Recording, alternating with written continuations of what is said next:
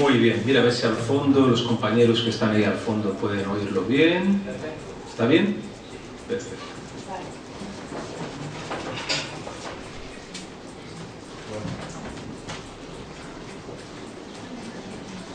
Bueno, pues... muchas gracias a todos por venir. Es una tarde especial como todas las que tenemos en esta casa. Una casa que desde lunes a viernes, aunque desde los martes hasta los viernes es el día de actividad, pues hay constante movimiento. Queremos agradecer que seáis cada vez más los que venís a escuchar este tipo de conferencias, que las hacemos con mucho interés, poniendo mucho cuidado en los temas que tratamos y sobre todo en quiénes dan esos temas, porque consideramos que estamos en un momento en el cual ya es tiempo de que se tomen en serio muchas de las cosas que aquí se tratan. Ya es tiempo de que se tome muy en serio de que hay gente que está investigando de verdad estos temas, y que ya es tiempo también de que mucha gente se dé cuenta que no estamos locos, que nos interesan muchas cosas y que el mayor interés que podemos tener por la vida justamente es investigar en todo lo que es la vida. Para esta tarde tenemos a un buen amigo, Pablo Villarrubia, seguramente que lo conoceréis muchos. Es tertuliano, es investigador nato, es un curioso permanente y constante y crónico, y sobre todo es una persona que, si tiene una de las cualidades que podría llamarse televisivas, es saber transmitir todo lo que es el conocimiento antropológico y cultural de una manera amena, que no está reñida con los enigmas. Y además Pablo tiene un detalle muy importante que en la cara se le ve, que es la curiosidad que puede tener una persona que está en constante crecimiento, digamos, y eso es algo bueno. Aunque esta tarde nos va a traer un tema que es un poquito peliagudo. Es un caso de unas niñas endemoniadas en una región de Brasil, en São Tomé, y que... África. Sí, como sabes que soy de Brasil, ya está. Pero bueno, el tema es candente de todas maneras, y también da para qué pensar sobre por qué ocurren este tipo de historias, qué es lo que hay detrás de ellas, y sobre todo qué es lo que se oculta en muchas de las cosas que no nos han contado respecto a temáticas extrañas como el vudú, la santería, el candomblé y esas hierbas. Así que, pues, tertuliano del cuarto milenio, periodista reconocido en revistas del misterio, buen amigo de esta casa, Pablo Villarrubia con todos vosotros. Muchas gracias.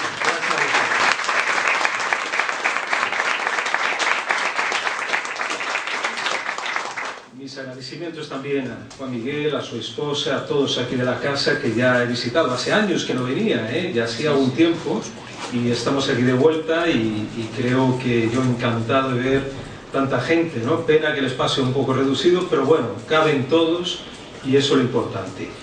Y os quiero comentar, antes de hablar sobre este tema tan fascinante, y no quiero haceros sufrir también tanto como estas pobres niñas que padecieron una serie de fenómenos muy extraños, posesiones colectivas, algo bastante difícil de ver en los últimos tiempos.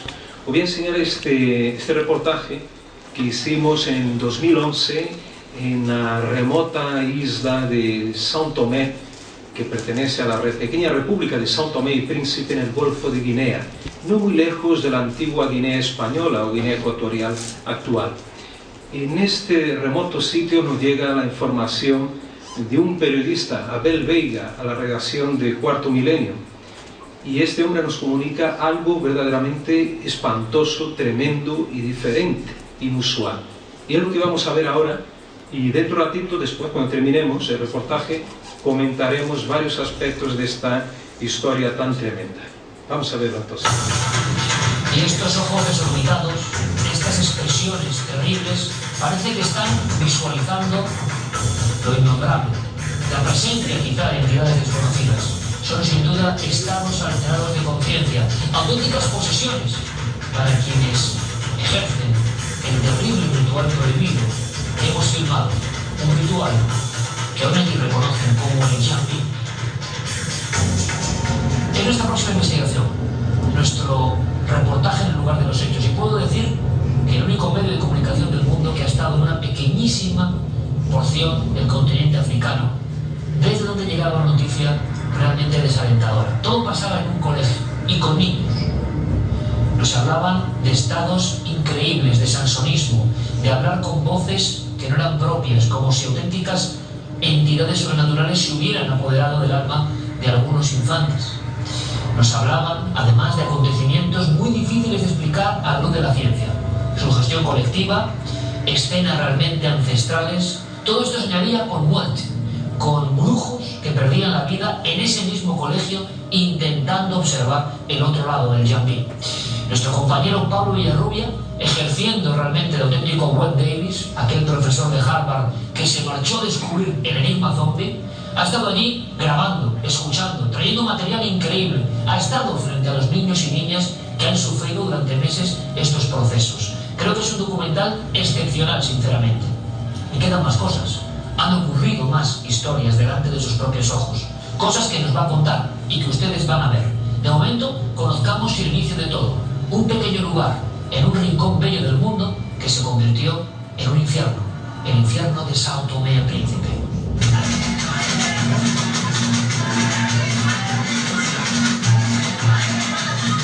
Existe un archipiélago perdido en el Golfo de Guinea, donde recientemente los malos espíritus han librado una dura lucha contra los buenos, con nefastas consecuencias.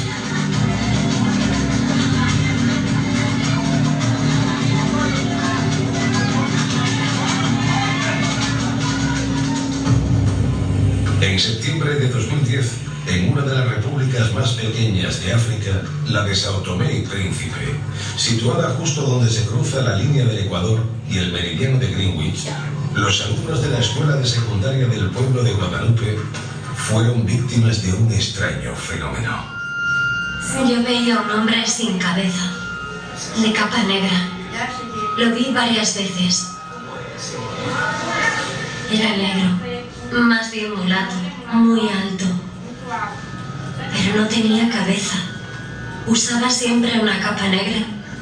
Aunque fueran buenos chicos, cuando ocurría eso, los ojos se les ponían en blanco, los músculos se tensaban y se convertían en personas con mucha más fuerza. Después empezaba a caminar así, levantando con esfuerzo cada una de las piernas al caminar.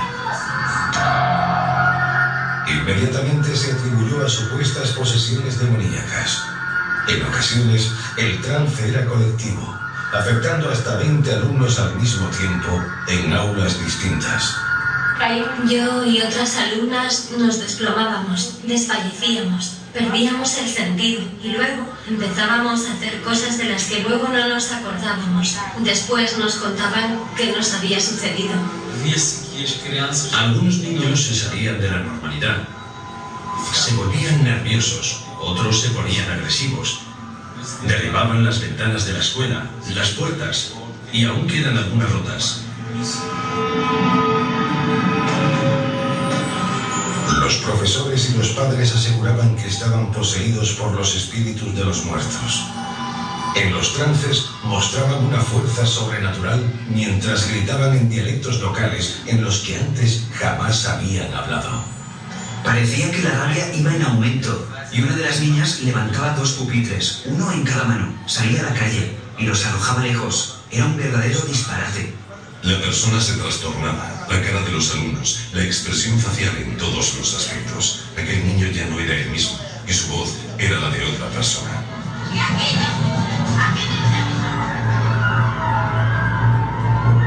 Muchos afirmaban haber visto una supuesta entidad que se les aparecía como mensajero del inframundo. Cuando las alumnas empezaban a desmayarse, a perder el sentido, algunas rompían las puertas, las ventanas y otros objetos cercanos. Sin solución para las constantes posesiones, la comisión de padres y alumnos decidió contratar a un joven hechicero de Guadalupe, Jaime Pires, alias Peche Peche, para expulsar a los espíritus malignos que asolaban a la escuela. Yo vi que el hechicero escarbó en el suelo del patio y de allí sacó una calavera, una cabeza humana. Lo que no sé es si alguien puso o no allí aquel cráneo.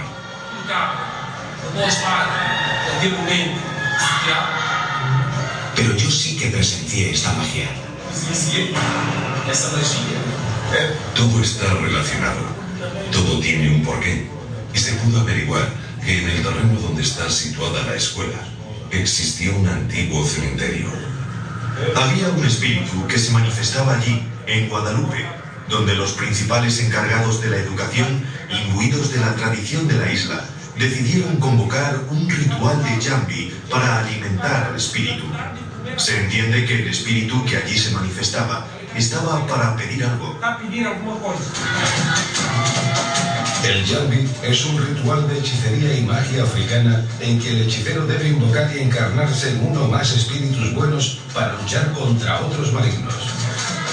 El día 29 de enero de 2011, Peche Peche, de tan solo 25 años, y sus ayudantes invocaron a las fuerzas del más allá para combatir al espíritu sin cabeza que horrorizaba a los alumnos y los convertía en presa del pánico y de la posesión demoníaca. Mientras los tambores temblaban y los frenéticos bailes se sucedían alrededor de una hoguera, el brujo poseído decidió realizar una maniobra muy peligrosa, trepando hasta lo alto de un poste de luz situado en el patio del colegio. Hizo un espectáculo, bailó sobre el poste, fumó un puro allí arriba y en el instante en que iba a bajar, se acercó al cable, sin tocarlo, y le electrocutó, se desplomó, se reventó en el suelo. Estaba completamente quemado. Y cuando amaneció, vieron que el hechicero no se recomponía. Pensaban que los espíritus lo resucitarían. Pero cuando clareó, lo llevaron al centro de salud, enfrente de la escuela, y el médico dijo que ya estaba sin vida.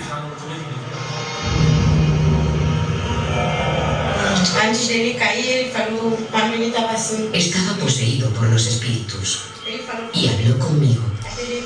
Pero en el momento en que subió al poste de luz, bailó y fumó.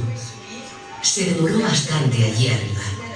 Se desplomó y no se despertó nunca más. Al mismo tiempo que sucedía aquella desgracia ante la vista de cientos de padres, alumnos, vecinos y curiosos, un hecho insólito tenía lugar a escasos metros del Colegio Guadalupe. El hechicero que vino a hacer el Jambi tenía a otra mujer de parto, cerca de donde él vivía, en un hospital. En el momento en que el espíritu le abandonaba el cuerpo, perdía el aliento y se moría, nacía allí cerca, en el hospital, un hijo suyo.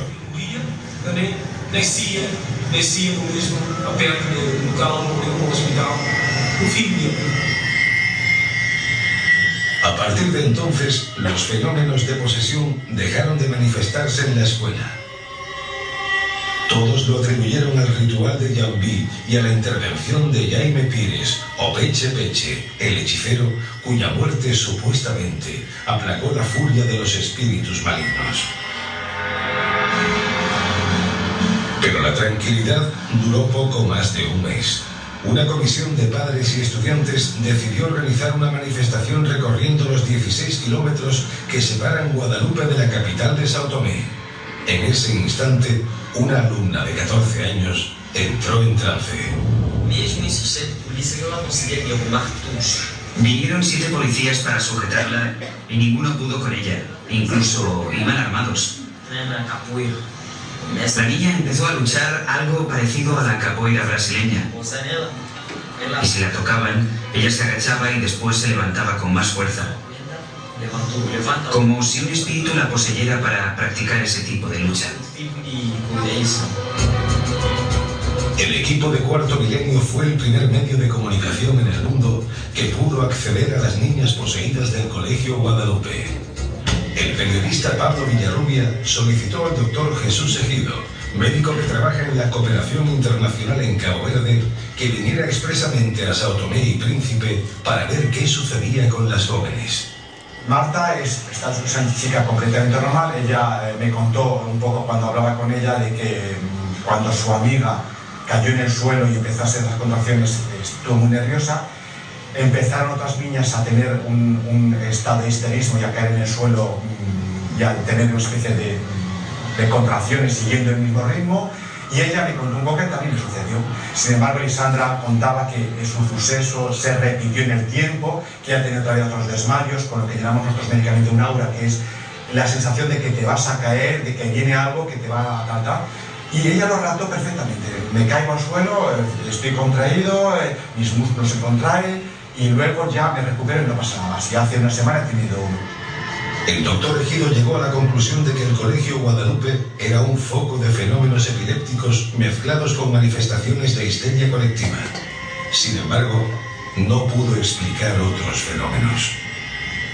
De pronto que tengan capacidad de hablar un idioma que no sabían y que conocen, no sería explicable por epilepsia. No tendría ningún sentido. Y sin embargo, ahí está el hecho palpable. ¿Qué ocurrió realmente entre los alumnos de aquella isla africana? Intelectuales de São Tomé están convencidos de que fue algo más que un simple brote de histeria colectiva. Yo sigo creyendo que hay una fuerza sobrenatural, además diabólica, que se manifestó en la escuela Guadalupe y que actúa en esta sociedad de otras maneras, como entre los curanderos, los hechiceros. Y por eso sostengo mi opinión.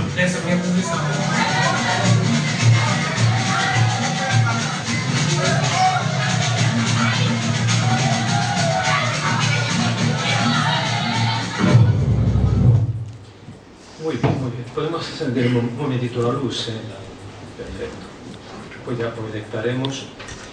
Pues amigos, hemos visto imágenes, yo creo que bastante impactantes, y podéis haber comprobado una cosa, también a través de este documental, de que no solo Iker pone cara de póker o de espanto, sino un servidor que os cuenta aquí la historia, como habéis visto aquí en el reportaje. Y claro, el espanto es notorio porque al ver ese tipo de ritual, como ya dije en otras ocasiones, he visto muchos fenómenos, muchas historias por todo el mundo, pero no un ritual como el Jambi, algo tan potente, tan extraordinario, en que vemos niños, bebés zarandeados en pleno aire. Hay una imagen ahí muy fuerte. También esas personas que se metían en la boca brasas, ¿no? Estaban ahí lamiendo las brasas y revolcándose por el suelo, golpeándose contra la pared. Había como 3 mujeres que se golpeaban una pared a otra, y el chico aquel que estaba súper poseído, que subía a los tejados, que eran de zinc, y saltaba como un endemoniado. Podía haberse matado, o sea que a lo mejor estaríamos casi... Lo que más me asustó, el hecho de que podía ocurrir alguna desgracia en ese ritual, que más bien era, la habíamos convocado junto con Alice, la viuda de Peche Peche, el hechicero que murió durante el ritual, subiéndose al poste, para justamente apaciguar el alma de Peche Peche y de otros muertos de aquella misma zona. Ese era el objetivo. Pero bueno, menos mal que nada pasó. Y aquí, como estamos hablando sobre también, estamos en un lugar en que se habla de espiritismo, estaba apuntando una serie de elementos que destacan a ese respecto. Aquí hemos visto fenómenos de reencarnación, como en el caso del niño, que el hijo de Peche Peche, de otra mujer, no de Alice, porque ahí tienen varias mujeres los hombres, suelen tener algunos. Un hijo de otra esposa de Peche Peche nace nada más, según cuenta, ¿no?, el profesor, nace al cabo de un rato, ¿no?, de pocas horas, al cabo de pocas horas de haber muerto en ese misterioso ritual. Caso de posesión, no solo individual como colectiva, todavía más difícil. Y el don de lenguas, o xenoglosia, que es el idioma que hablaban algunos de esos, especialmente las niñas. Hay un detalle muy curioso, muy interesante, que me lo dice mi amigo, mi querido amigo, el doctor Jesús Ejido. Aquí Aldo lo conoce perfectamente. Ya está de vuelta, pero se marcha otra vez, ahora Amazonía. Estamos hablando de una persona, un médico muy experimentado, un experto en enfermedades tropicales, en atender comunidades indígenas en Perú, en Brasil, en África también. Y claro, cuando le llamo y viene a São Tomé para estudiar un fenómeno tan raro como este, él mismo se sorprende. Hace las pruebas, como hemos visto con las chicas, muy básicas, eso sí, porque no tenemos los medios, o no tiene los medios allí en São Tomé, pero puede averiguar que en algunos casos, por ejemplo, una de las chicas, y seguramente otras más, por ejemplo, Alessandra, que era la más delgadita, que tenía 15 años, estaba tomando paracetamol y tegretol, que es un antiepiléptico. O sea, algunas de estas niñas padecían de epilepsia.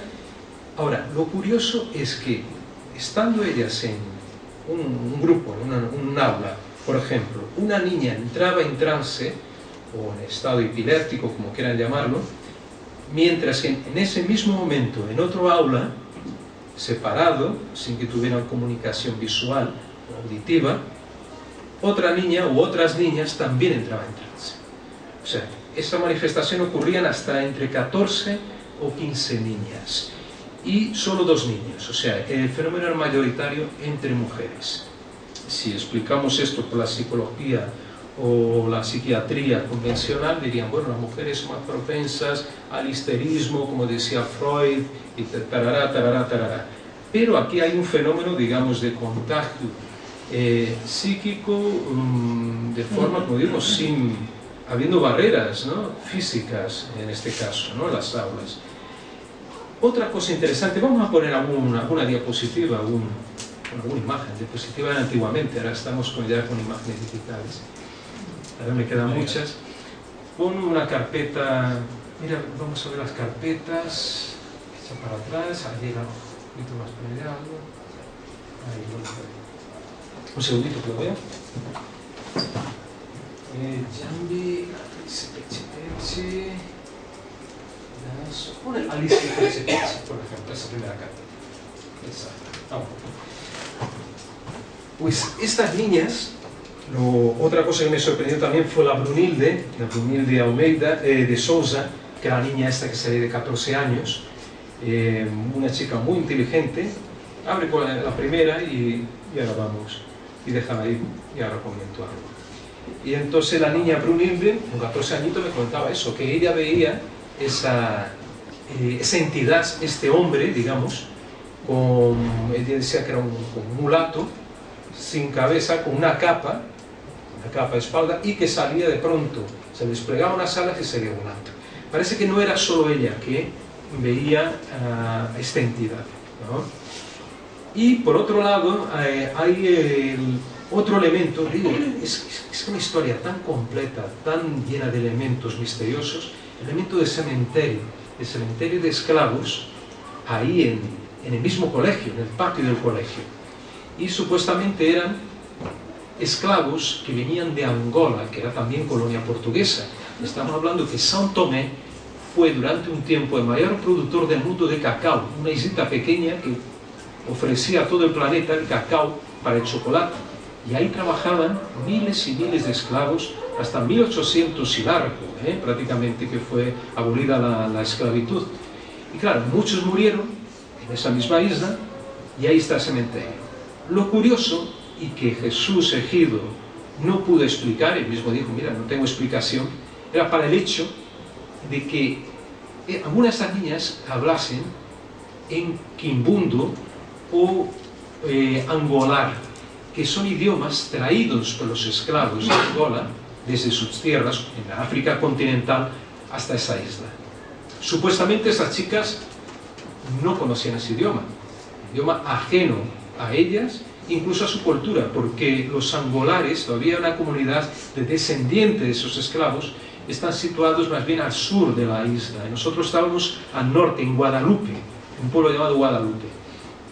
Entonces ese misterio, digamos, de la xenoglosia, que podemos decir así, le intrigó bastante al doctor Ejido, y fue uno de los elementos que aumenta el grado, ¿no?, de misterio, ¿no?, de rareza de este caso.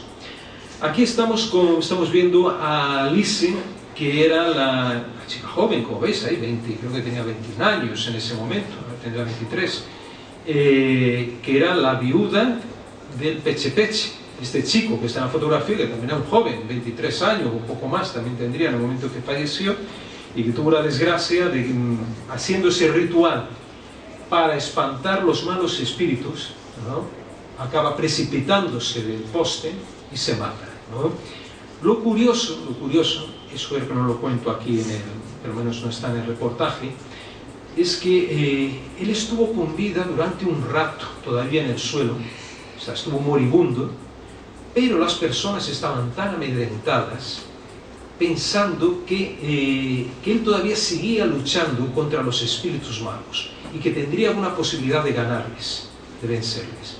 Entonces al final muere y la gente se da cuenta, la interpretación que dan casi todos es de que los espíritus malévolos o los espíritus de esta gente que sufrió mucho, los esclavos, hubieran vencido a las fuerzas, digamos, de Peche Peche y del grupo, de su grupo de brujos que él llevó también para realizar ese ritual.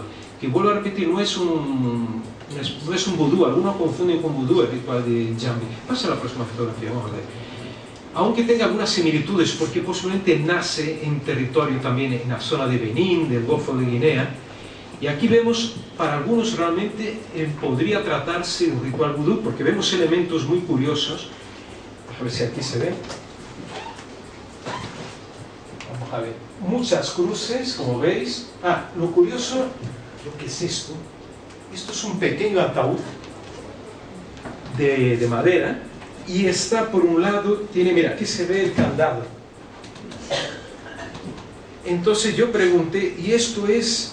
El altar es una casa, digamos que llaman, no sé si es paso, que es una especie de templo donde Peche Peche hacía sus oraciones, sus ritos.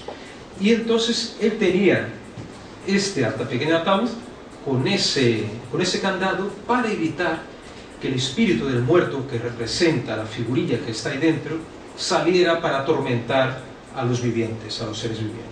Es uno de los elementos que también pertenecen al culto vudú, pero en este caso ellos hacen el bien, es digamos, el vudú al contrario, porque el vudú también, ojo, atención, yo estuve también hablando con brujos del vudú en la frontera de República Dominicana y Haití, y ellos mismos me dijeron que el vudú no es solo para hacer el mal, el vudú es para hacer el bien. Aquí, de forma, digamos, preponderante, suelen hacer el bien.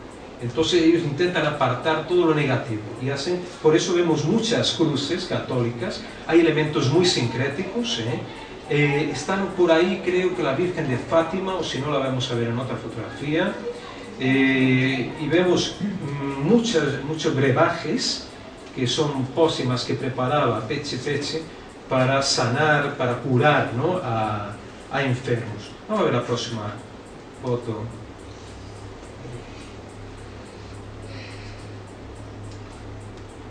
Sí, deja ver si se ve ahí, no sé si está la Virgen de Fátima. Bueno, es otra imagen de la complejidad, de cómo está abigarrado, ¿no?, el altar del templo de Peche Peche. Vamos a ver la siguiente también.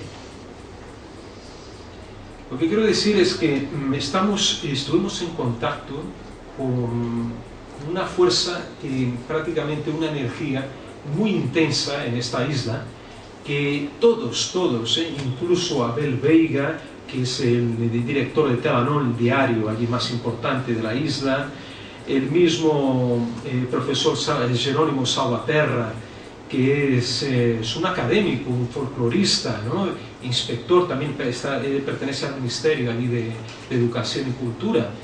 Ellos mismos afirman que estos fenómenos no son de causa, digamos, natural, física, terrenal, sino ellos lo atribuyen a una fuerza espiritual, a elementos que, digamos, poseen, o sea, fuerzas, espíritus que poseen a los seres humanos.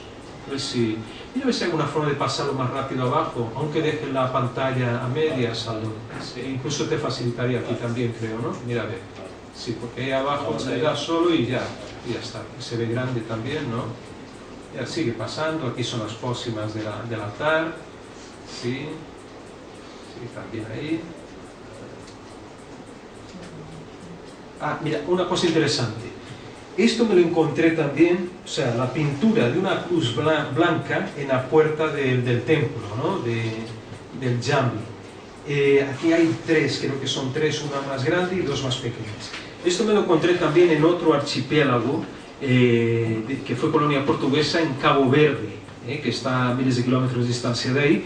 Y generalmente en Cabo Verde lo pintaban cruces blancas en muchas partes de la isla, de las islas del archipiélago, en ruinas, lo he encontrado también en ruinas de leprosarios abandonados, en antiguas fortificaciones, que eran seguramente lugares que ellos atribuyen a apariciones de espíritus o de algunas entidades malévolas también, y para espantar, ¿no?, todo lo mal, ellos pintan siempre cruces blancas en estos sitios determinados, ¿no? Vamos a ver otra diapositiva.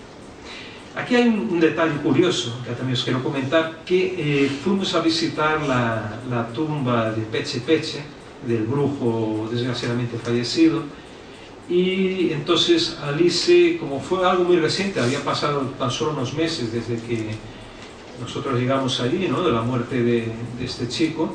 Entonces Alice iba cada día a depositarle, ponerle un vaso de aguardiente, de caña, y un cigarrillo, encendía un cigarrillo y se lo ponía en la tumba. Pero como veis, no hay tumba exactamente, está ahí prácticamente enterrado en la tierra, solo hay tierra que cubre, ¿no?, el sepulcro. Y entonces le pregunté, ¿por qué no hay, Alice, por qué no hay ninguna identificación, ningún elemento, ¿no?, que indique que está aquí enterrado tu marido? Me dijo, mira, es que para evitar que otros brujos de la isla vengan a robarle el cráneo. ¿El cráneo? ¿Por qué quiere robarle el cráneo? Dice, bueno, simplemente porque él, al ser un gran brujo y que murió en combate por los malos espíritus, su cuerpo, los restos mortales, están imbuidos de una energía muy poderosa, que aquel que se haga con el cráneo y lo tenga en su posesión, que sea un brujo también, adquirirá la fuerza de este brujo muerto. Entonces, claro, cosa que me sorprendió. Y de hecho el profesor José Gué, que era el director de la escuela, una persona bastante culta, vino con nosotros, pero se mantenía a una distancia prudente de la tumba y no pisar nada cerca de allí. Y entonces después yo le pregunté, profesor, ¿no se nos acerca? No, muchas gracias, con temor. Entonces me contaron después que él y otras personas tienen mucho miedo de pisar el campo santo sagrado, donde está enterrado un brujo, que es para ellos algo impresionante, ¿no?, y algo que les puede, entonces, les trae mucho respeto, ¿no? Por eso el hecho de no querer pisar esa tierra, ¿no? Vamos a ver otra foto. Aquí está Peche Peche, ¿no?, el chico que murió. Otra. Aquí también fotos de la viuda con él. Nada. Vamos a ver otra carpeta, a ver si cerrando ahí arriba, ahí atrás, ¿no?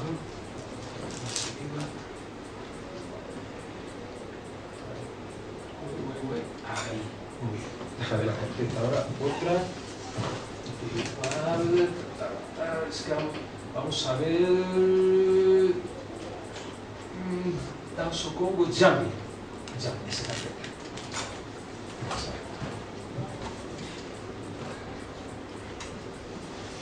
Entonces aquí tenemos, quiero contar un poquito cómo fue la historia del ritual. Como os digo, y como dijo Iker también, fue la primera vez que un equipo fue allí, y no solo eso, para grabar ese tipo, o sea, la historia de estas niñas, pero no solo, también fue me enteré más tarde que fuimos los primeros en grabar profesionalmente un jambi. Me enteré a través de un profesor, un antropólogo de Holanda, que me escribe un correo y me pide imágenes, porque él iba a presentar una ponencia, su ponencia en Estados Unidos, y necesitaba imágenes de ritual. Entonces nos dijo, mira, es que no existen imágenes grabadas de jambi y vosotros fuiste lo primero. Y a mí me sorprendió porque, y me sigue sorprendiendo la vida, ¿no?, y lo que nos topamos a lo largo de estos viajes, de estas aventuras por el mundo, porque todavía hay muchas cosas por descubrir, muchas cosas por ver y muchas cosas por estudiar, y eso es un aliciente muy poderoso para nosotros, ¿no? Curiosos, como nos dijo el amigo Aldo, que, digamos, si tengo que elegir una virtud mía, digo que es la curiosidad, ¿no? Y en este caso, fue la curiosidad que me llevó a querer ver un jambi. Allí no se hace para turistas, como por ejemplo se suele hacer con los rituales de Macumba, Candomblé en Brasil, incluso en Santería en Cuba. Entonces yo propuse algo a Alice. Dije, Alice, ¿por qué no hacemos un ritual de jambi, pero para recordar a tu marido, para transmitirle, ¿no? Porque el jambi fortalece el alma de los muertos, les alegra también a través de los bailes, del ritual. Es una forma digamos, de apaciguar esas almas, ¿no?, que están al otro lado, o de que estas almas tengan comunicación con sus entes queridos, en este caso con sus dos hijos, que tuvo tres niños, y la esposa y otros parientes. Entonces fue ese, digamos, recibido, ¿no?, habían encarnado el espíritu de los muertos, de algunos muertos de allí, entre ellos el de Peche Peche. Entonces ellos volvieron con el alma ya incorporada, ¿no?, ya poseídos, y empezaron el ritual, empezaron a bailar.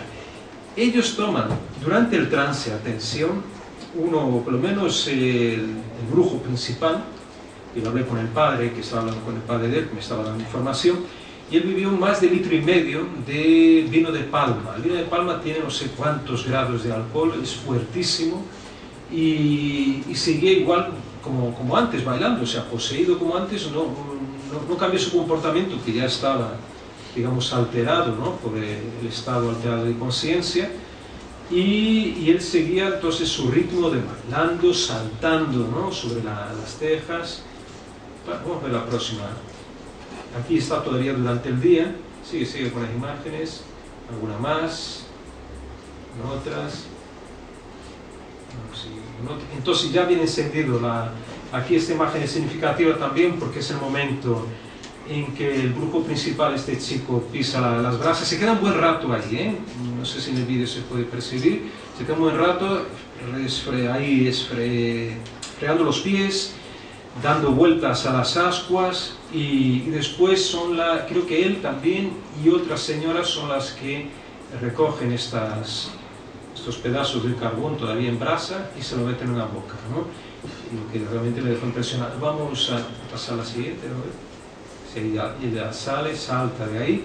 El mismo Jesús Egido también se quedó sorprendidísimo, ¿no?, en ver ese tipo de fenómenos, porque lo que solemos ver es caminar rápidamente, ¿no?, sobre las brasas, ¿no? Pero aquí no, aquí se detenían un buen rato, tenían un contacto ahí bastante intenso, con las brasas. Otra, seguimos, ve pasándolas ahí, un poquito más, y aquí ya va oscureciendo, va ganando, claro, en intensidad ese ritual, los tambores, era un ambiente, estamos rodeados de un ambiente espectacular. Me preguntaron, bueno, ¿tuviste miedo y tal? Un poquito al principio, pero después vi que ellos estaban totalmente concentrados en el ritual.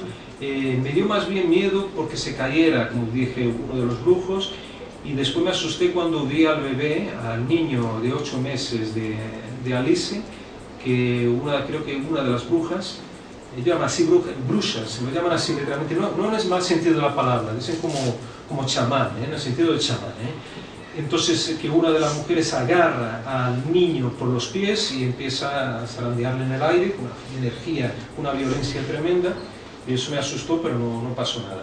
Sí, otra más, déjame ver, otra más. Mira, yo quería comentar también otro aspecto curioso, que era uno de los brujos, uno que llevaba atado, me acuerdo, un pañuelo rojo. Pues este chico, también joven, me acuerdo que yo había subido hasta la casa, porque era una casa que tenía 2 plantas, la casa de Alice, de madera, y porque ella iba a coger algún ídolo para bajar. Entonces la acompañé, y en ese momento nos sigue este chico, este brujo, totalmente poseído. Yo estaba sentado en un sofá y se acerca a mi cara y empieza a hablar cambia la voz totalmente, afina la voz y empieza a hablar en crioulo, que es el dialecto, un idioma ahí de la isla que tiene palabras del portugués y muchos idiomas africanos. Pero yo me quedé muy impresionado, era como esa voz muy fina y al mismo tiempo como que venía del fondo del alma, parecía. O sea, era una cosa muy rara. Yo nunca había oído una voz tan estremecedora, tan asustadora. Y me hablaba, que yo no entendía, lógicamente, el crioulo, pero el chico estaba tranquilo, me hablaba algo y no entendía. Entonces Alice se acercó y dijo, no pasa nada, no hay ningún peligro y nada. Y el chico se apartó y bajó otra vez y siguió en el ritual. Esa escena se me quedó muy grabada, muy extraña. Sí, vamos a ver, imágenes. No sé si con el tambor. Bueno, resumidamente, el tema fue que al final del ritual, salimos todos, ciento y tantas personas, hacia el cementerio que está de Guadalupe, todo eso en el pueblo de Guadalupe, que estaba muy cerca de allí, por 300 metros.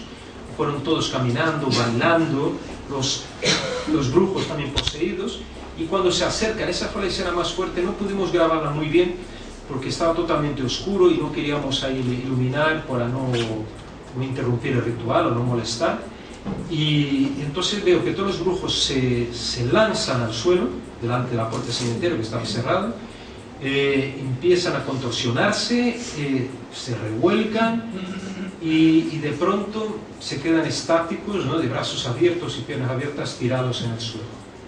¿Qué significa eso? Que habían ya devuelto las almas, los espíritus que habían incorporado, que habían tenido, ¿no?, de los que estaban poseídos, habían devuelto a sus tumbas otra vez. Esa imagen fue espectacular, y además porque había luna llena también ese mismo día, ¿no? Y bueno, yo creo que me gustaría, paramos por aquí, pero me gustaría hacer una rueda de preguntas, ¿no? ¿Cuánto tiempo tenemos? Hasta las 9. Hasta las 9. Entonces, si quieres, sigo un poquito más, ¿no? Sigo un poquito más y después vamos a las preguntas. Cerramos la carpeta, la imagen arriba, y vamos a otra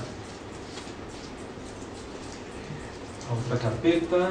Vamos a volver atrás.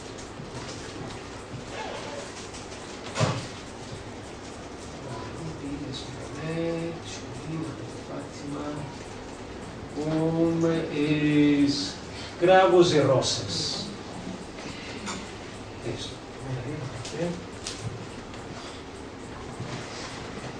Intentamos hacer un trabajo, digamos, también de contextualizar un poco esta historia. Como os dije, era una tierra que vivían muchos esclavos, y aquí estamos viendo cómo era el régimen de trabajo en la época colonial, la época portuguesa. Esto sería, no sé si son años 20 o 30 o incluso antes, ¿eh?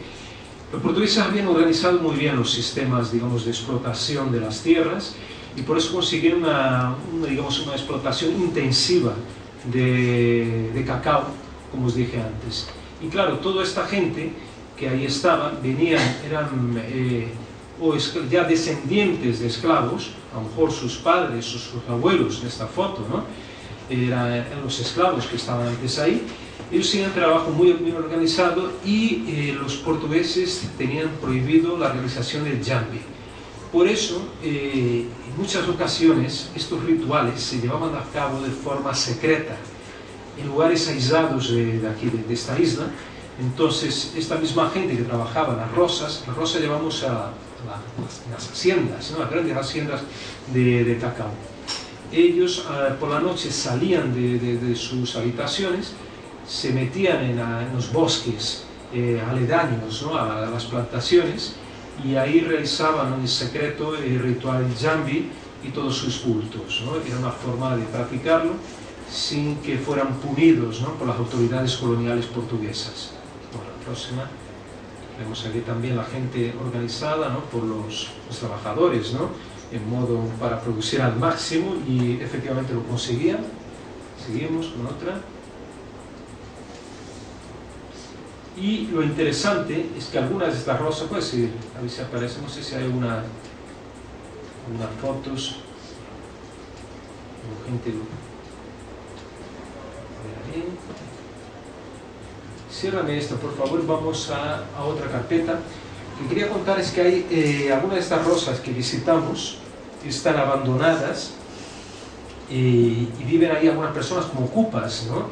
Y algunas de ellas me contaron, no quisieron salir después en el programa, tenían miedo, pero que ellos veían ahí también entidades, espíritus, ¿no?, de los antiguos esclavos que vivían todavía en esos lugares, en estas haciendas abandonadas. Hablando de que no solo Guadalupe es el foco, ¿no?, de este tipo de manifestaciones, sino que también hay varios lugares de la isla, ¿no? A ver, Guadalupe, vamos a mirar el Danso Congo. Exacto. Te quiero enseñar con eso, también tuve la oportunidad de ver algunos de los rituales y fiestas más características de São Tomé. Vuelvo a repetir que estos son rituales traídos desde el continente, especialmente de Angola y del Golfo de Guinea, y son elementos que vamos a encontrar también, claro, todavía hoy en el continente, a pesar de que esto lleva unos siglos, se mantiene, y a veces de forma muy pura, más que en el continente. Sigue con la... vamos a ver. Esto es otra manifestación que es el Danço Congo. Aquí es una festividad, pero puede que en algunas ocasiones, pasa la próxima, algunos de los danzantes del Danço Congo entren en trance también, en posesión. Aquí vemos la figura del diablo, esta figura de rojo, que baila de forma alucinada, ¿no? Se lanza contra las personas, baila, como digo, se mueve por todos los lados, ¿no? Y es la figura que encarna el mismísimo diablo, como se puede ver por su atuendo, ¿no? Vamos a ver otra imagen. Y el Danço Congo no es el jambi, lógicamente, ellos lo hacen de forma más festiva, y es toda la escenificación, la puesta de escena de la lucha entre el bien y el mal, entre los espíritus malos y los buenos, y los hombres que están aquí son de figuras terrenales que intermedian también, los brujos que intermedian entre esas dos fuerzas opuestas. Vamos a ver otro. Entonces era muy bonito de ver, muy colorido, y tuvimos la oportunidad de ver esta otra fiesta. Sigue el Danço Congo. Esta otra vez la figura del diablo paseándose, ¿no?, entre las personas. Digo, es bastante tribal todavía la cultura, ¿no?, que se vive allí en São Tomé.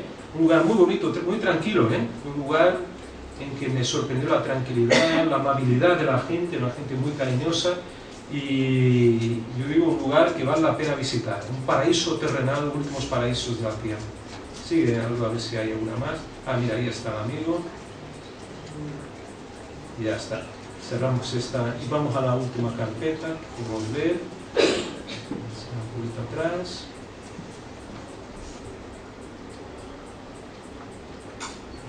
Otra. Y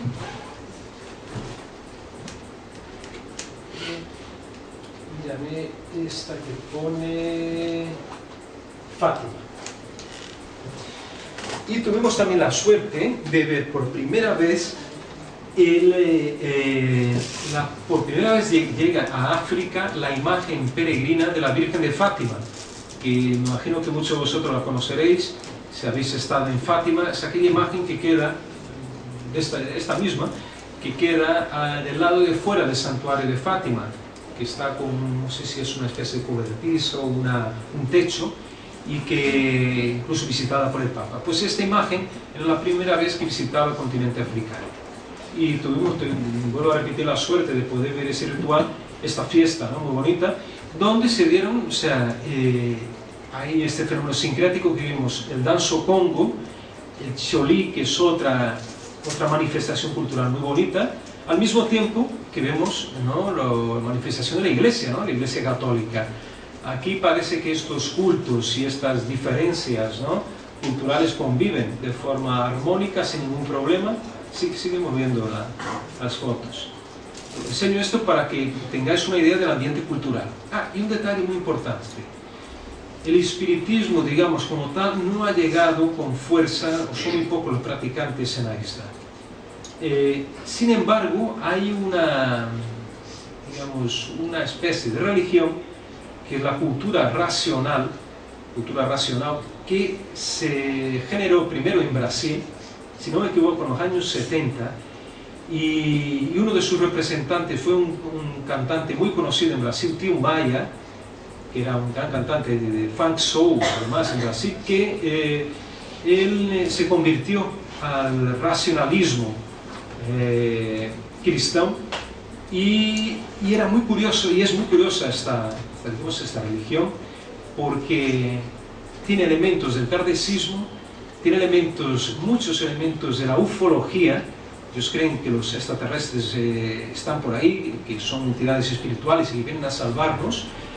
y tienen sus propios ritos. Y curiosamente el racionalismo cristiano recaló con mucha fuerza en São Tomé y Príncipe. Hablé incluso con un representante de ellos en la isla, me estuvo contando cosas muy interesantes. Seguimos viendo hasta el final, puedes seguir las fotos. Pues aquí llevaba en procesión a la Virgen de Fátima. Pues amigos, básicamente es esto, hay muchas más cosas, pero si queréis ahora podemos hablar, ¿no? Y si os preguntan, si no, vamos hablando algo más sobre este caso tan interesante de la posesión colectiva en São Tomé y Príncipe. Muchas gracias.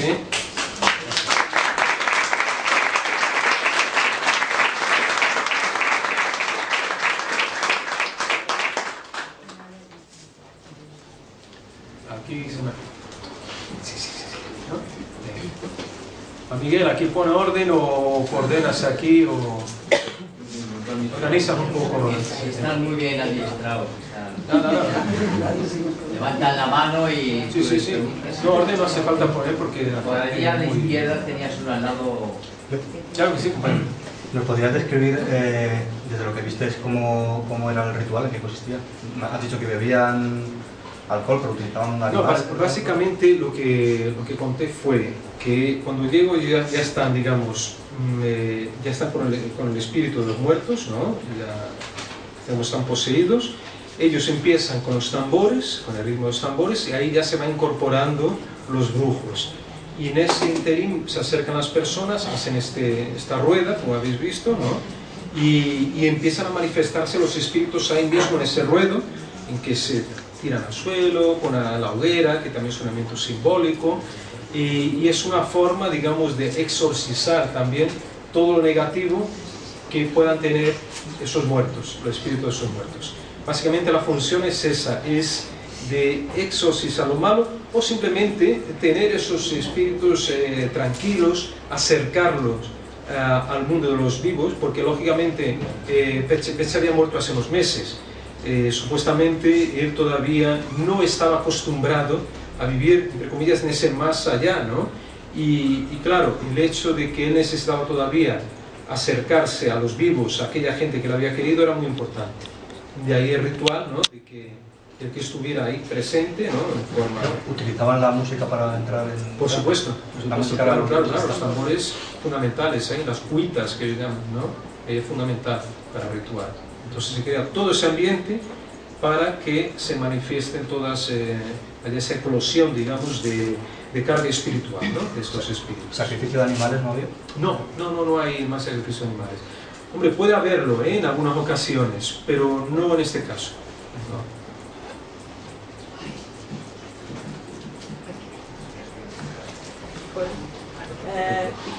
Al final, ¿cómo han solucionado los casos de las niñas de la escuela? Muy buena pregunta, quería que me preguntarais eso.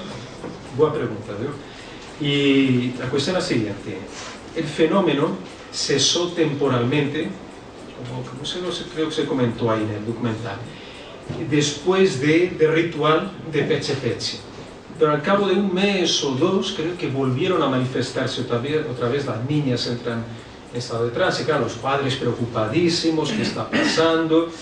Hacen una manifestación o varias manifestaciones, los alumnos van caminando hasta la capital de la isla y allí se paran delante del Ministerio de Educación y Cultura, protestan, dicen que no puede ocurrir eso y tal, y el mismo, uno de los chicos que entrevisté comentaba, Daniel Alfonso, muy inteligente también el chaval, y entonces él comentaba que uno, en el medio de esa manifestación, una de las niñas entra, o sea, se queda poseída y entonces exhibe una fuerza descomunal, que sería sansonismo, ¿no? Que algunos conocen por sansonismo. Y entonces vienen 4 o 5 policías, intentan sujetarle, no pueden, o sea, y tienen que venir algunos más para sujetarle y calmar a esa chica. Entonces eso en medio de una manifestación, ¿no? O sea, para que pidiendo, digamos, refuerzos, pidiendo alguna solución para aquello. Los psicólogos, después son atendidos por psicólogos, parece que hacen un informe, no tuvimos acceso al informe, le preguntamos por él, pero no nos lo dieron. Entonces, hablando con José Gué, el profesor José Gué, fue el que puso en práctica, junto con una psicóloga, una serie, digamos, un tratamiento para todos los niños. Los niños estaban traumatizados, porque claro, son chicos que están conviviendo todo el día con sus amiguitos, de repente ve una amiga, un amigo que se tira al suelo, pues estaban muy mal. Entonces él trata de realizar una serie de terapia ocupacional, empieza a llevar a los chicos, a sacarlos de allí, llevarlos a pequeños museos que hay en la isla, conocer de la naturaleza, las plantas, después les da una serie de trabajos manuales, les manda pintar todo el muro. No sé si habéis visto, los muros estaban todos pintados del colegio, con pintados, eran, digamos, trabajos que les daban. Entonces hace una pintura de, por ejemplo, Semana del África, y frases positivas, todas frases que tuvieran algo de positivo, digamos que la unión hace la fuerza, solo el amor conduce a lo más bello, frases, todo que fuera positivo. Ellos trabajaban con eso. A mí me pareció genial la idea del profesor Rodríguez, y en aquel momento se había calmado bastante. Lo que pasa es que algunas niñas que habéis visto aquí, que visitamos, que era Alessandra, Marta, y había algunas más, 3 o 4 más, seguían manifestando ese tipo de fenómenos allí en las aulas, en plena clase, y como no tenían solución, las mandaban a casa para que reposaran y se hicieran el tratamiento. Bueno, un tratamiento muy básico, algunas no tenían ni medicación adecuada, como pudo confirmar Jesús Ejido, el doctor. Y entonces esas niñas y los profesores las atendían en su casa. O sea, pues están perdiendo clase, no, les damos trabajo y que vamos a su casa y las atendemos allí personalmente. La verdad que era gente muy esforzada. Lo curioso es que ahí pararon esos fenómenos, volvieron a manifestarse, después que volvieron a manifestarse otra vez con cierta intensidad, y pararon. La última noticia que tengo es de hace unos 6-7 meses, que estaba tranquilo. Pero en contraposición, el año pasado en Angola, en África, ¿no?, que fue también colonia portuguesa, empiezan a ocurrir fenómenos semejantes en varios pueblos de Angola.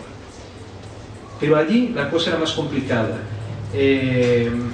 Fue también posesiones colectivas y todo más, pero el gobierno parece que empezó a censurar cualquier tipo de información sobre esto. Salieron algunas noticias por internet y después cesaron.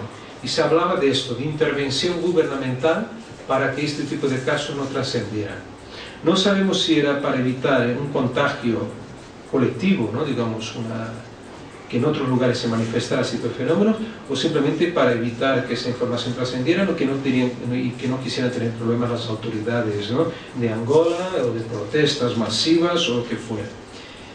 Y hay un precedente que no conté, porque indagando en la isla del Príncipe, que es otra isla más pequeña que forma parte del archipiélago, el pequeño archipiélago de Santo Tomé y Príncipe, no sé si un año antes de que eso ocurriera, 2010 o 2009, hubo un caso también de un colegio en que varios niños también entraban en trance, pero ahí muere una niña, parece que esa niña comía cristal, cogía una botella y empezaba a morderla, mordisquearla, la rompía y se comía los cristales, y esa chica murió supuestamente en un ritual, en una incorporación de esta, en una posesión de este tipo. Después, y claro, eso fue la información, no había mucha información porque creo que eso se mantuvo bastante sigilo por respeto a la familia. Y después hubo un caso de una muerte en el día 31 de enero de 2011 de una mujer, eso me lo contó el profesor Jerónimo Salvaterra, el folclorista, de una mujer que era la tesorera que hacía la recaudación del dinero para realizar el jambi que hicieron en el colegio, donde murió el Peche, el brujo. Pues que claro, ahí tenían que comprar frutas, comidas, porque se hace también una especie de banquete ritual, no se hizo para el jambi nuestro, pero en el del colegio sí que se hizo, digamos, de servir comidas, que hay una parte de comidas que son ofrecidas para el muerto, o los muertos, y otra parte para los vivos. Y entonces la persona que era encargada de recaudar el dinero murió de forma fulminante, repentina también, pocos días después del ritual, parece que estaba comiendo y cae fulminado. a lo mejor una casualidad, pero ellos lo atribuyen a, digamos, a estos espíritus malignos que están en el colegio. Como digo, de momento no tengo más noticias. De hecho voy a escribir en breve a mis amigos allí, a Abel Veiga del periódico, para ver si hay alguna información nueva, ¿no? Espero que no, que todo esto haya calmado. Solo para concluir, Tim Maia, essa religião que tinha, afinal Tim Maia ha concluído que era para sacar dinheiro de él. Del racionalismo cristiano, sí, el racionalismo cristiano. Entonces, muchas de ese tipo de religiones son para sacar dinero, que tú has tocado en un punto de ellos, ¿vale? Eso se pasa mucho en Brasil, y ya se sabe de eso, pero no, el gobierno no logra controlar. Entonces, la de Tim Maia, en su libro sobre su vida, está allí, ¿no? La conclusión que ha llegado Tim Maia. Muy bien, muy bien. Y parece que ella quería preguntar antes, ¿no te importa? No. ¿Qué ibas a preguntar, sí. Un resumen de la religión que tienen ellos, porque eso solo no es su religión, ¿no? Es una religión, sí. Eso es su religión. Digamos, forma parte de la religión, el Jambi, de los cultos. Vamos a ver, lo que pasa es que está muy diluida con la presencia, por ejemplo, del cristianismo. Habéis visto que es fuerte, hay elementos sincréticos, ¿no? Pero subyace en toda su cultura la religiosidad de ellos, ¿no? Digamos, del animismo. Estamos hablando de animismo, sí, que podemos hablar de la religión animista de una forma general. Y después también hay ¿cómo diría? Ellos tienen, digamos, todo eso forma parte, el Jambi forma parte de los ritos, ¿no? Después el culto a los muertos, que vayan a llevar un vaso de aguardiente, poner una vela, un puro, todo eso conforma digamos, una religión animista, ¿no? Digamos, un poco diluida, pero quizá no tanto, porque hemos visto ahí rituales bastante africanizados, ¿no? Pero, digamos, no con un nombre que podamos designarlo con un nombre, sino como rituales, como varios rituales que conforman, ¿no? El animismo. Esa es la base, digamos, ¿no? Pero no tienen un Dios, entonces, como tenemos cristianismo. Aparentemente no, o no llegamos a tanto. Ellos hablan siempre de Dios, ellos son muy respetuosos con el Dios cristiano, ¿no? Pero seguramente encubren, ¿no?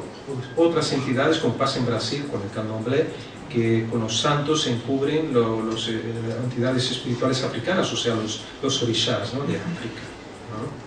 Te voy a preguntar, amigo. Sí, Pablo. Y tú que has investigado en muchas culturas este tipo de situaciones, para ti, realmente, ¿cuál es tu conclusión? ¿Es una patología, una psicosis colectiva o un hecho realmente extraño? Yo me quedo con la opinión también de mi amigo Jesús, del autor Jesús Ejido, de que pudo haber sido una combinación de estos elementos. Las chicas, había realmente chicas epilépticas, ¿no? Ahora, lo que pensamos es, ¿será que se dio la circunstancia de que en ese lugar donde hubo un cementerio, ¿no? Se hubiera desencadenado, digamos, estas chicas, ¿no? Estando ahí, y esta energía haya desencadenado toda esa histeria colectiva, ¿no? Esas posesiones colectivas? ¿Será como un fenómeno? Entonces mi pregunta es, y que es posible, ¿por qué no?, que un fenómeno exógeno, ¿no?, haya desencadenado algo que ya tenían, una enfermedad, una disfunción, ¿no?, orgánica, que ya tenían esas chicas, y que, bueno, llevó a toda esta serie de manifestaciones en tránsito, vuelvo a repetir, o sea, en grupos, ¿no?, incluso aislados, en aulas separadas. Al mismo tiempo también que había fenómenos de sansonismo, supuestamente de posesión, que la Iglesia consideraría demoníaca. Y fíjate qué curioso, porque no fui yo, sino fue Jesús, fue a hablar al lado mismo, allí en Guadalupe, al lado de la escuela, ahí muy cerquita, hay un convento de hermanas franciscanas. Entonces Jesús indagó y preguntó qué les parecía aquello. Dije, mira, esto es un caso claro de que Satanás está ahí en ese colegio. Claro, ellos satanizaron toda la cultura, toda la religión, aquellas entidades, los espíritus, que no. Ellos resumieron que todo aquello era debido a Satanás. Y que un cura de allí, un sacristán, había ido a hacer una limpia, a hacer, digamos, una limpia del lugar, del colegio, pero que aquello no había resultado en nada, ¿no? Fue lo que me contaron. Pero no se conoce ningún hecho detonante de... Se cree que fue, como vuelvo a repetir, el tema de que encontraron, lo dijo el profesor José Guerra, una calavera ¿no? Estaban allí tal, y no sé si estaban allí escarbando. Un brujo fue allí y de pronto, creo que era Peche, hace, no sé si estaba en trance o no, escarba el suelo ahí del patio y saca una calavera. Entonces, pero parece que eso no fue desencadenante, ¿no? La calavera ya estaba ahí, ya estaban ocurriendo los fenómenos, pero que a lo mejor aquello empeoró la situación porque supuestamente, según ellos cuentan, se vulneró la intimidad de un muerto, ¿no? Se desrespetó a los muertos, o que estaba esa escuela sobre un terreno sagrado que no se debía hacer otra cosa sino mantenerlo como un camposanto, y quedó así. Entonces, supuestamente desencadenante es que esa escuela está ahí, está solo en un lugar, digamos, sagrado, y que no sabemos por qué de pronto empiezan a manifestarse esos fenómenos, ¿no? El don de lenguas también es interesante, como dijo Jesús, porque me llama la atención por el hecho, no lo vimos, eso no lo vimos, nos lo contaron varias personas, y que eso, bueno, que fue otro fenómeno desconocido también para el médico, ¿no? Entonces, es posible que se mezclen elementos, digamos, de la psicología, de la psicosis humana, con elementos externos que hayan detonado, que hayan desencadenado eso. El comentario de que el profesor no quisiera pisar el cementerio por la cosa de que allí estaba el brujo enterrado y le tenía el respeto al lugar, te da que pensar que esa calavera pudiera ser de otro brujo y que pudiera ser el detonante realmente de que Peche, por ejemplo, acabara como acabó durante el ritual Jambi. Sí, mira, muy buena pregunta, y no me lo había planteado, amigo. Muy bien, porque hablan de eso, de robo de calaveras también, como hay en la isla, digamos, un tráfico de calaveras de algunos brujos, no mucho, me imagino que no son muchos lo que hay, pero fue lo que me dijeron, que hacían todo de todo para robarlas. Muy bien. ¿Ese médico pudo determinar, aparte de los fármacos contra la epilepsia, algún otro alucinógeno en el ritual del Jambi?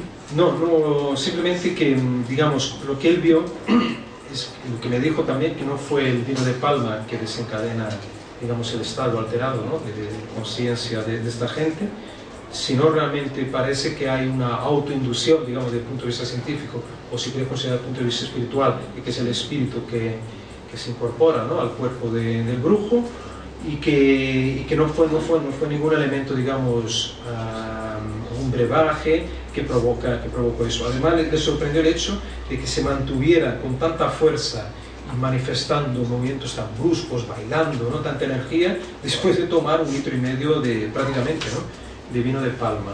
Entonces, no hay, que yo sepa, no encontré, por lo menos en la cultura de ellos, así elementos de uso alucinógeno, salvo el vino de palma como alcohol, ¿no?, como sustancia alcohólica. Otra cuestión que no tiene nada que ver, me interesa el término Jambi. ¿En qué idioma es? ¿Se sabe? Hay un montón de teorías. Sí, es interesante, también buena pregunta. Una de las verificaciones que puede hacer sobre el origen, ¿no?, de la palabra, es que podría ser procedente del idioma quimbundo de Angola, que se habla hoy, muy extendido allí, y que para algunos podría ser una deformación de una palabra del quimbundo que significaría Dios. Jambi, Dios. Pero es una de las acepciones que se le atribuye a la palabra. Hay otras, no me acuerdo, pero esa, digamos, la principal que tratan algunos folcloristas, algunos antropólogos. Ya, es que tengo, curiosamente, no tiene nada que ver, un juego de mesa editado en 1968 que se llama Jambi. Qué curioso, me digas, un juego de mesa. Que no tiene absolutamente nada que ver, es un juego de temática como el ajedrez, es un juego de estrategia. Muy curioso, Tiene una de las piezas, es el necromóvil que transporta muertos, pero aparte de eso no hay ningún tipo de semejanza. No le veo, digamos, ningún tipo de morbo al juego, es un juego de... Interesante. Sí, lo tengo aquí, después si quieres te lo... Sí, por favor, pues no lo conocía. Curioso. Muy bien. Me pregunto algo así. Claro. Que uno de los precedentes que se comentaba en el reportaje, si no me equivoco, era la observación por parte de una de las niñas o de varias de una especie de entidad o personaje extraño que se decía o se describía como un tipo alto, sin cabeza, alado y tal. ¿Esa observación fue solo de una de las niñas o se repitió No, en las parece que ocasiones? otra niña lo vieron también. Es que no quisieron contarlo durante las cámaras, pero sí que lo vieron, por lo menos otras dos, tres chicas, pero hubo más, ¿eh? La prensa de allí, de Telanón, daba nombres de otras chicas también que habían visto la misma figura. Curioso, ¿no?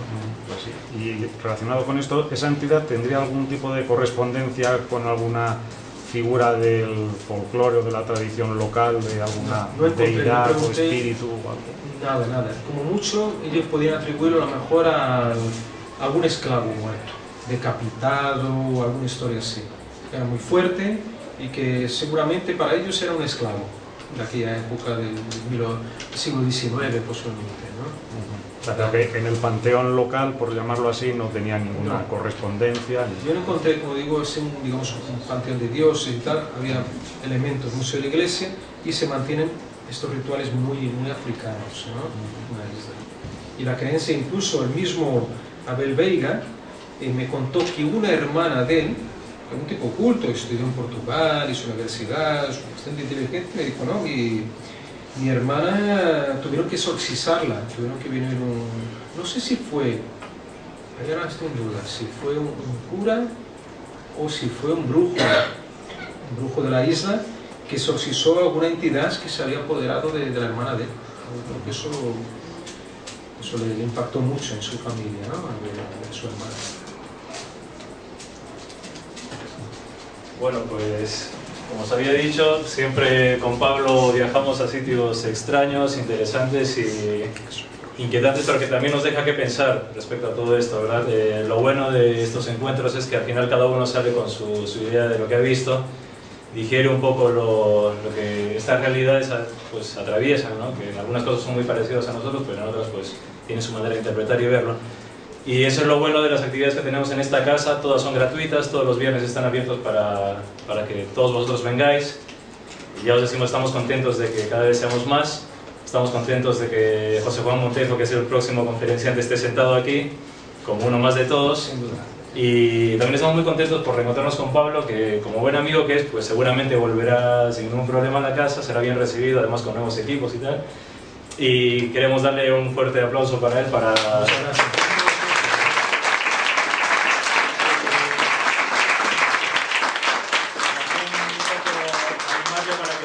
investigaciones que todos salimos ganando con ello. No, eso de la curiosidad ya sabes que claro.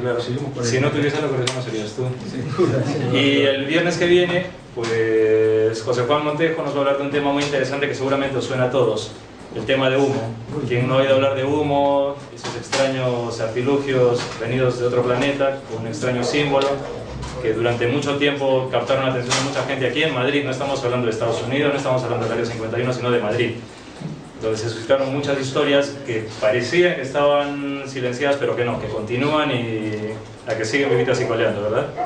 Pues nada. UMMO, no el humo. UMMO, así que si veis alguna cosa volando en el aire con un símbolo así, pues se lo tenéis que decir a él.